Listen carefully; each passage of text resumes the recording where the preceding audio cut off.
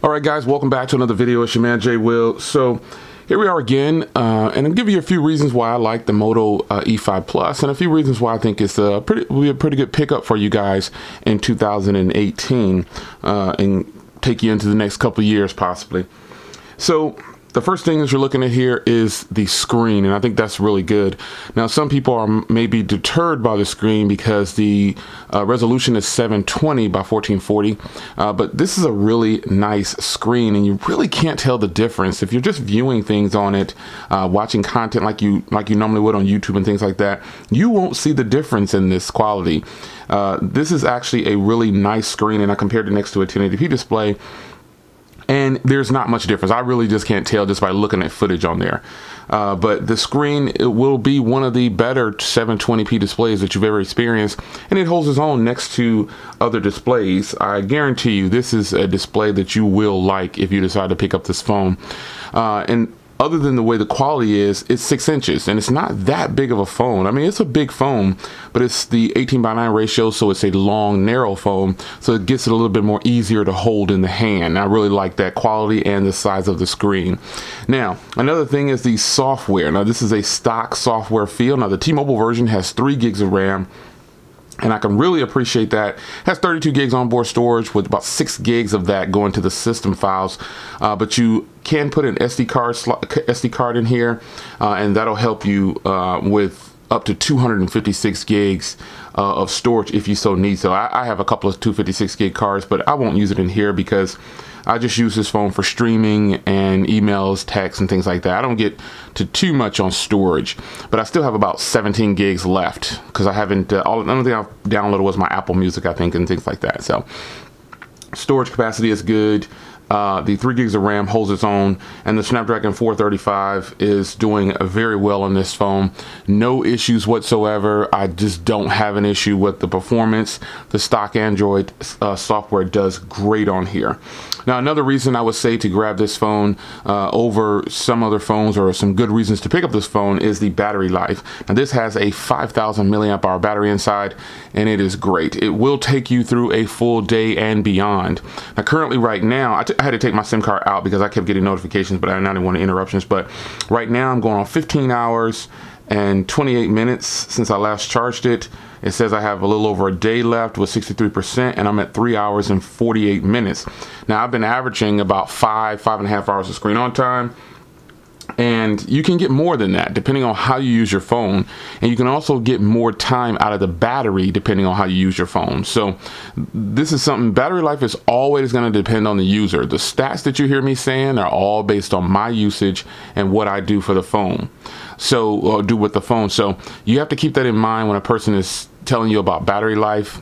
You might get much better battery life, or you might not get as good battery life, but with 5,000 milliamps in here, you're going to at least make it through a day, because I'm a heavy user and I still make it through a day. And you see I've got almost 4 hours of screen on time, and I've got, it says I have a little over a day left with 63%. So, I mean, you do the math. What do you think you'll get good battery life with this phone or not? But I can pretty much guarantee you the Motorola claims have been holding up, and then some. So that's really good.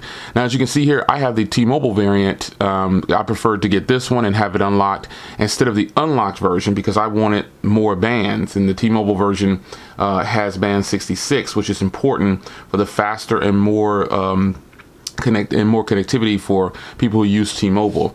That's the only reason I didn't get any other version of this phone, but I don't even believe they're selling an unlocked version yet. I'm not sure. But there's a 2 gig, 16 gig version that has a Snapdragon 425 in it. And then this one is the 3 gig, 32 with the 435, I believe, is inside of here. So it's totally worth it to me to go this route. I mean, you could just, if you just walk into T-Mobile like I did, you just pay full cost for it, use it for a little bit, or call them up and they'll unlock it, and you're good to go.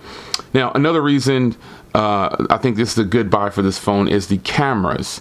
Now, the cameras on this thing perform really, really well. I mean, I did a stint on here with my week review, letting you guys know the camera took a little bit of time to open at times, but that's like a couple seconds. But I missed a couple shots, but it seems like once you open it, it starts to open fast again because it's in memory.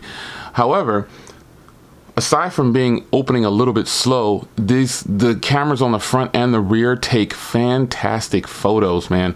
I mean, I'm talking some really hot photos, clear, punchy, vibrant, really nice. And I don't think you'll be disappointed with the cameras, because remember, this phone only costs $225.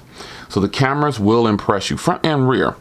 But speaking of price, that is another reason why I think you should get this device. It's only $200 pretty much. T-Mobile version is $225, and I think other versions are, I've seen it for like $199 on eBay, but that's the 16 gig version. That's the unlocked version, and the 2 gig of RAM version. So, you know, be mindful of that, of what you decide you want to buy. I would definitely recommend, even though this phone is stock Android, and I've got other phones with 2 gigs of RAM that handle it very well, try to get as much RAM out of at the beginning as you can, you know, with the device, because you can't upgrade the RAM.